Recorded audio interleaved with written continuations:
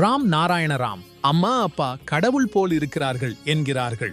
ஆனால் மக்கள் அதை உண்மையில் பின்பற்றுவதில்லை. பெரியவர்களாகியவுடன் தங்கள் பெற்றோரை கவனிக்காமல் விட்டுவிடுகிறார்கள். வீட்டிலிருந்து கூட விரட்டி விடுகிறார்கள். இது அவர்கள் செய்யக்கூடாது. இதற்கான முக்கிய காரணம் தனிப்பட்ட சொத்துரிமை. பூமியில் இருந்து தனிப்பட்ட சொத்துரிமையை நீக்கிவிட்டால் பெரும்பாலான பிரச்சனைகள் தானாகவே தீர்ந்துவிடும். இன்று மனிதன் உருவாக்கியுள்ள கல்வி அமைப்பு சரியானது அல்ல. இதில் குருகுல கல்வி இல்லை. இதில் இயற்கையின் தர்மமும் இல்லை. இயற்கை அடிப்படையிலான கல்வியும் இல்லை. இப்படியான சூழலில் மக்கள் நல்ல விஷயங்களை எப்படி கற்றுக்கொள்வார்கள்? எனவே நாட்டில் இயற்கை அடிப்படையிலான கல்வியை கொண்டு வருவது மிக முக்கியம்.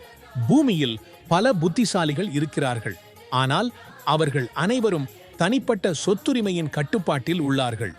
அதனால்தான் இன்றும் பலர் பசிக்காக தவிக்கிறார்கள். பசிக்கே தூங்குகிறார்கள். அனைவருக்கும் சமமான கல்வி மற்றும் மருத்துவம் கிடைக்கவில்லை. எனவே அரசாங்கம் தனிப்பட்ட சொத்துரிமையை நீக்க வேண்டும் மற்றும் கல்வியை இலவசமாக்க வேண்டும். இதனால் மக்கள் அறிவாளிகள் ஆவார்கள். யார் உண்மையானவர், யார் பொய்யாளர் என்பதை புரிந்து கொள்வார்கள். இந்த பூமியில் பிறக்கும் ஒவ்வொரு உயிரும் அழுகையுடன் பிறக்கின்றது. யாரும் தங்கள் மதத்தின் பெயரைச் சொல்லிப் பிறக்கவில்லை. எனவே எல்லோரையும் வேண்டுகிறோம், தீர்வுக்கான பாதையை பின்பற்றுங்கள், முன்னேறுங்கள். நீங்கள் இயற்கையின் பாதையை பின்பற்ற வேண்டும்.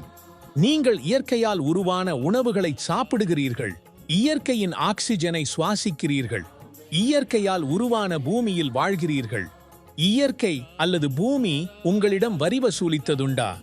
நீங்கள் மரங்களை அல்லது செடிகளை எதிர்ப்பது போல பார்த்ததுண்டா? அவை மனிதர்களை தொந்தரவு செய்ததுண்டா?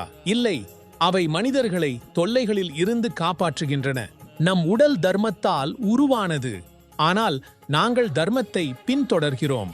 சிலர் ஜாதிபாதியின் பின்னால் ஓடுகிறார்கள். மதத்தை பின்பற்ற வேண்டாம், இயற்கையை பின்பற்றுங்கள். நீங்கள் யாருக்காவது சொத்துரிமையை வழங்கினால் அவர்கள் உங்களை சுரண்டுகிறார்கள். எனவே யாருக்கும் அந்த உரிமையை வழங்காதீர்கள். ராம் நாராயண ராம் உங்களுக்கு சொல்கிறார், நீங்கள் வாழுங்கள், பிறரையும் வாழவிடுங்கள்.